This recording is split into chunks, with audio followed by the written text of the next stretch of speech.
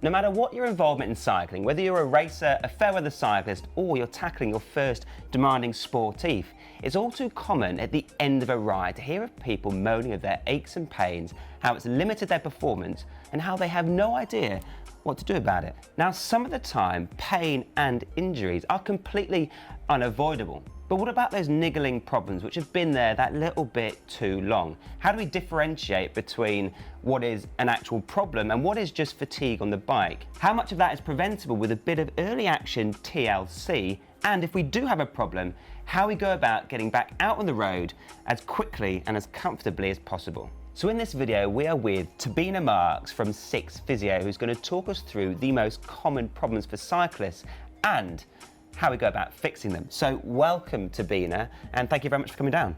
Thank you, great to be here. It's exciting to be here. We see a huge range of athletes coming in, but we see a lot of cyclists. And we see cyclists from people who are just starting on a bike to people who spend hours and hours a week on a bike. So it's really good to be able to talk through some common themes that we see coming in. So a lot of problems then? A lot of similar problems coming in, and some weird and wacky ones too that we can talk Okay, well, let's get on the bike and you can show us just where those problems are then. Now, as you can quite clearly see, for a change, I'm not in cycling kit, but this is for good reason.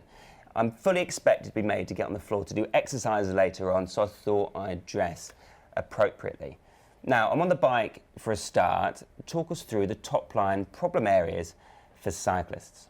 Okay, so you could get injuries, you could get symptoms, you could get areas of issue anywhere through your body. The most common areas that we see are through the lower back, the lumbar spine, and we can talk about that and what might be adding to that. We see problems in neck slot, so coming up through the neck, it might be actually right up through the neck, or it could be down, getting that burn into the shoulder blades. And of course, we see lots of knee problems. So we're going to be talking through knees. We're going to mention the feet, the cleats, the hands. We're going to bring it all in. We're going to have a look at it all. Cool. The only thing we can't do is deal with that. So let's talk about the most common problem areas, the back being one of the most important, like you say, and actually it's something that I've suffered with for a long time throughout my cycling career. What's the biggest reason for this and how can we avoid it? Okay, so we see back pain a lot in cyclists, and we tend to see people coming in who've had it for a long time and just accepted a low-level niggling pain, which is something we want to stop, and it's really important to work out where it's coming from. As with everything, it can come from various components. Your bike fit is really important. Small changes in fit, whether that's your saddle or reach, will affect your back, and we'll have a quick chat about those and play around with this now.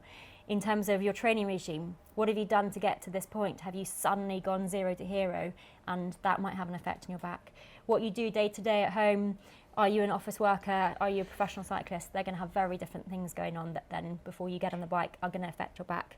Obviously, any past issues with your back, past injuries, any accidents falling off your bike, we need to consider that as well. So for example, let's do a little example. So if you imagine that your seat is really high, right, okay. And then start cycling, what are you going to do? What are you going to see? And we've all seen it as we're cycling behind someone usually, is that James's pelvis is going to really start rocking side to side.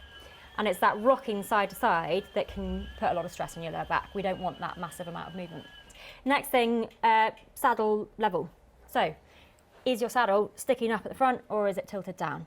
Easy to have a check on that with a spirit level and just make sure that it is where it is. If it's tipped right up, what is going to happen? So if you imagine the nose is lifted, you're going to flex that back backwards. It can be really uncomfortable on your undercarriage and it's going to cause stress in your back. It's going to change the reach. It's going to change the efficiency going through the pedals. So really important. So what about if it's tilted down? Does that open the hip angle a little bit? Or? People have different ideas about that. Yes, tipping down does open your hip angles, but it also changes where your weight sits on the bike. So it could, if you do it too aggressively, push your weight down onto your hands. You don't generate direct power through these. Those bad boys down there are what generate your power onto the pedals. Yes, this contributes to that, but we need to get you in the right position to put all of the efficiency down into the machine. Another example would be a reach. So if you had a really long reach, so if you exaggerate your reach, obviously you can see immediately the position that James has got into. He's gone into what we call flexion, which is where this back goes quite round. Backs don't like to be in this position, especially for a long time. Imagine you're now on a really long ride, you're cranking some gears, you're trying to keep up with a really fast pack, or you're having to climb, and this is going to be a lot of stress going through here. All of these things can really affect the back, and that's why getting a good bike fit is important. How's that feel? Tough. Pretty horrible. Okay, so now reduce your reach back, bring it back, get into a nice resting position. A crude tip that we sort of look at with cyclists is thinking about a 90-degree angle between arms and body. It gives you just a rough idea of whether you're in the right position. We like nice soft elbows. And then in that position, you can see immediately James's back is in a much better position. It should feel more comfortable. A lot more comfortable. You're going to be able to sustain that for hours. You're going to be able to use your limbs more efficiently, and it becomes a much better base for everything to work off. So what about the neck and the knees then? That's a big problem area for a lot of people, I would have thought. Two big areas again. Neck is often a symptom area, but is not usually the main problem. It's coming from elsewhere, and that is where you're feeling it. So, for example, if I put you into a really rounded position, so you're now trying to look ahead at all the lovely cars, make sure you can get around all the potholes, and you're going to feel it. So you can see in the camera shot there that we've got this really compressed neck. It's what we call extension, and it's going to close down these joints. It's a good pressure on your muscles as well, and muscles often go into some sort of tension or spasm to protect this area. So that is going to over lots and lots of mileage is going to put pressure on there. Also, with these lovely straight arms that aren't so lovely, as you go over potholes and as you go over little bumps and things like that, all that force is going to be transmitted up into those joints. So, can you change it? Can you think about opening up through that area? And what you can already see is the difference in that shape there.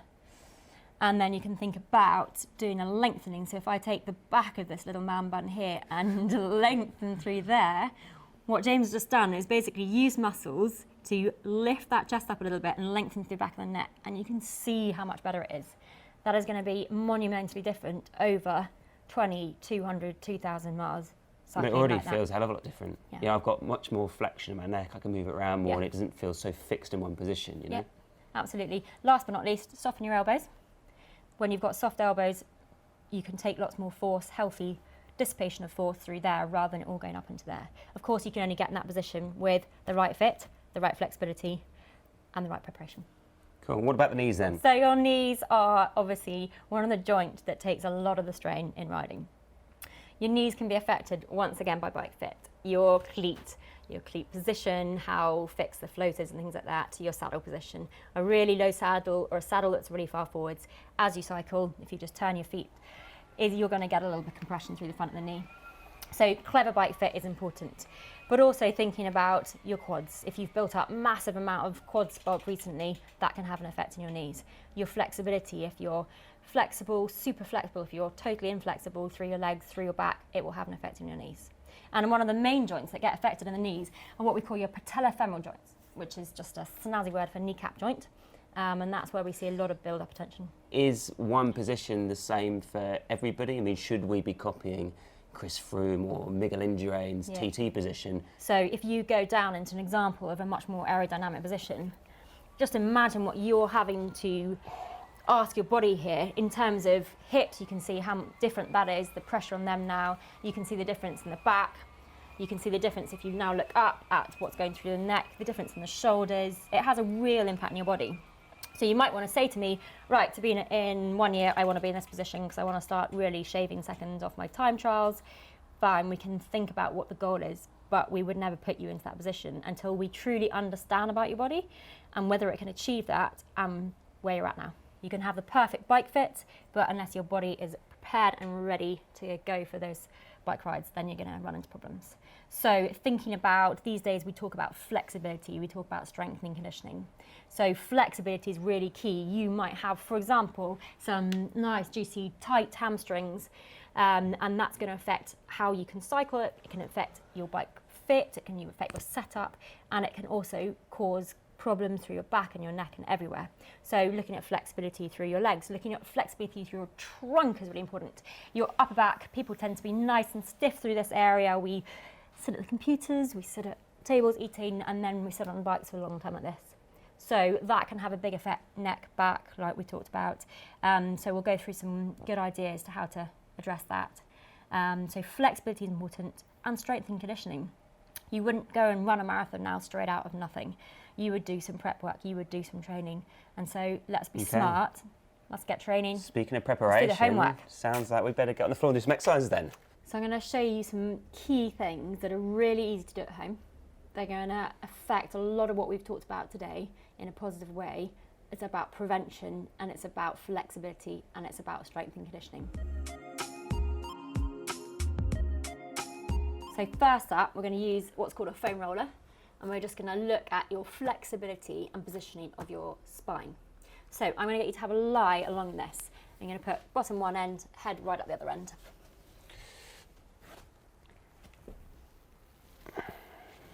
So this is running down the centre of my back, isn't it? Exactly, and you need to make sure that your head is fully on it and that your bottom is fully on it. So you can already see that if you're on a bike, you're going to be in more of this flex position. Just lying there opens you out, it opens out the chest, it opens out the spine. And it just gives your back a little bit of breathing space away from that flex position. So you're going to bring your arms up and over your head, and then we're just going to let your arms float out to the side. Obviously it needs to be comfortable. You're opening up your chest where we tend to sit in that quite forwards position. So another really nice trick we can do with this foam roller. So if you bring your arms back down and you're going to roll elegantly off to the side.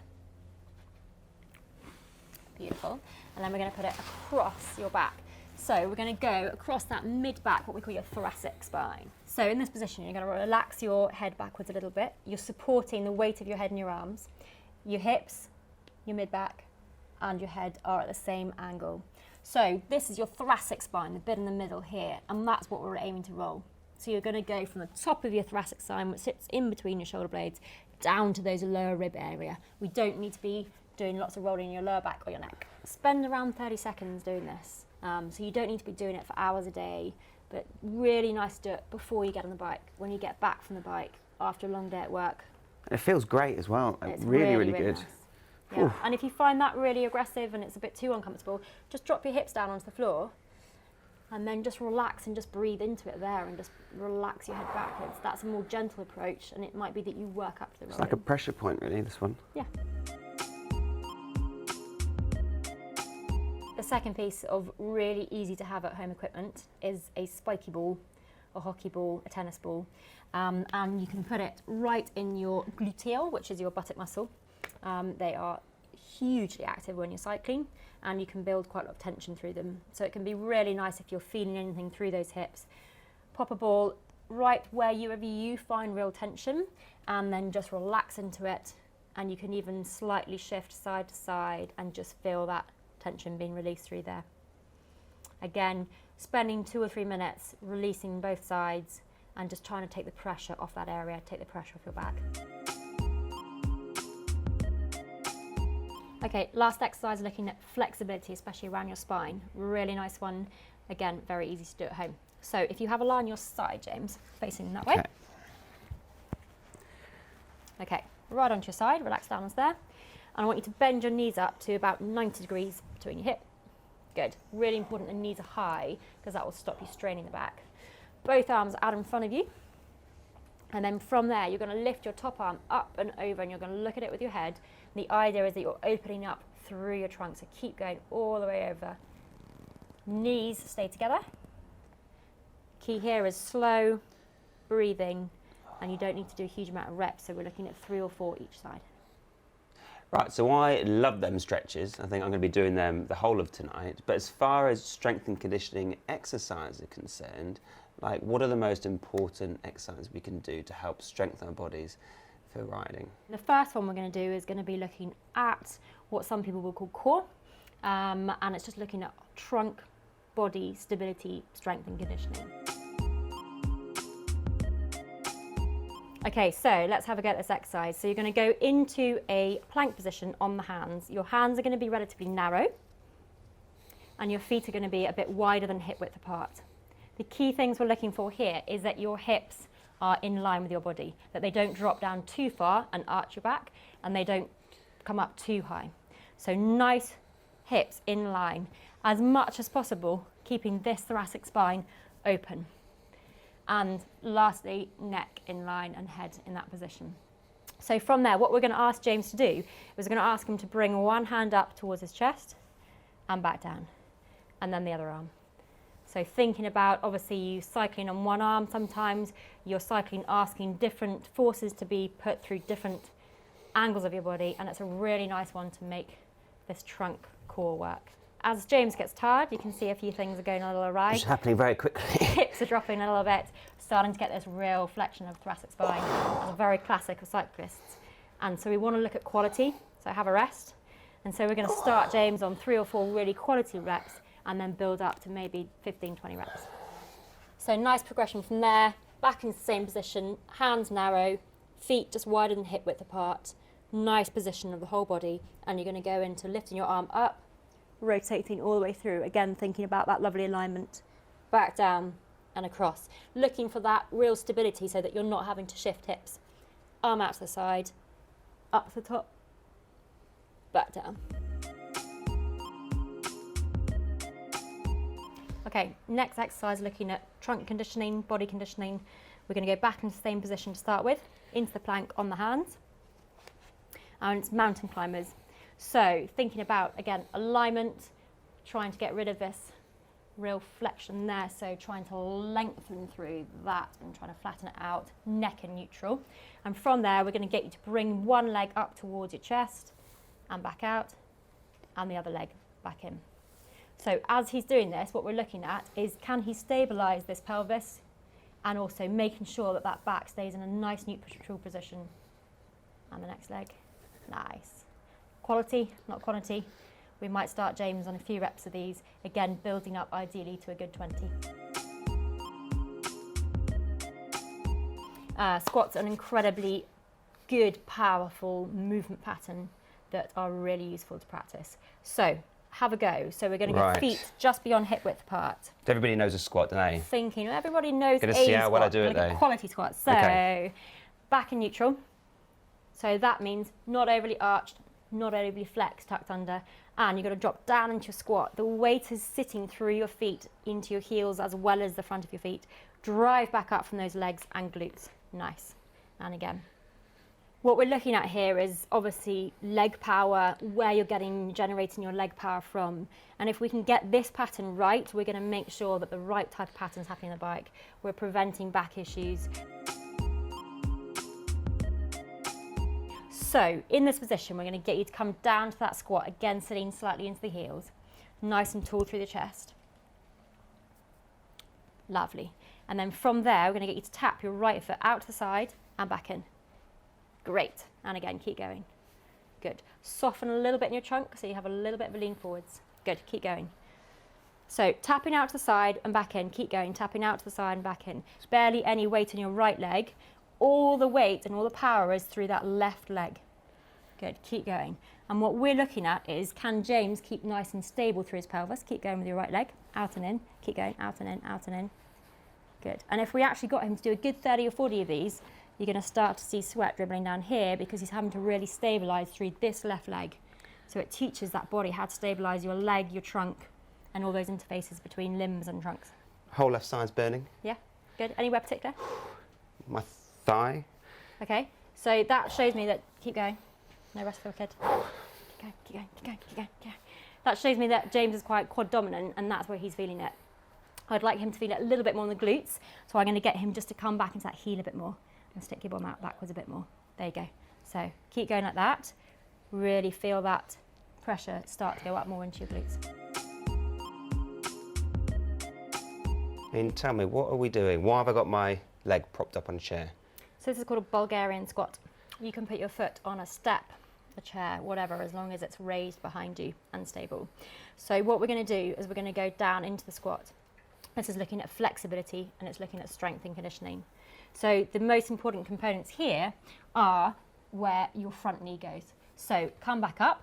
We want this shin bone to go vertical and your knee not to be pushing forwards of your toes. So you've got to really drive that back leg down towards the floor. That's better. And back up. And again. Good. So we're looking at, again, power through that, what we call posterior chain. So the muscles that go all the way back up your leg, which is also what's driving your pedal. And we're looking at trunk position, we're looking at flexibility through that right hip. So again, it's an all-round exercise and it's a beautiful one to do.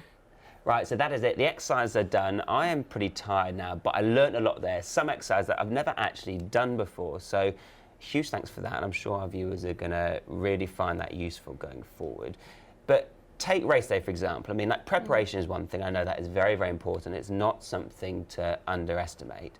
But is there anything we can do on the day to help us once again? I mean, I've seen people walking around with physio tape on their knees and their neck. Is that something which is, you know, a gain that we can use?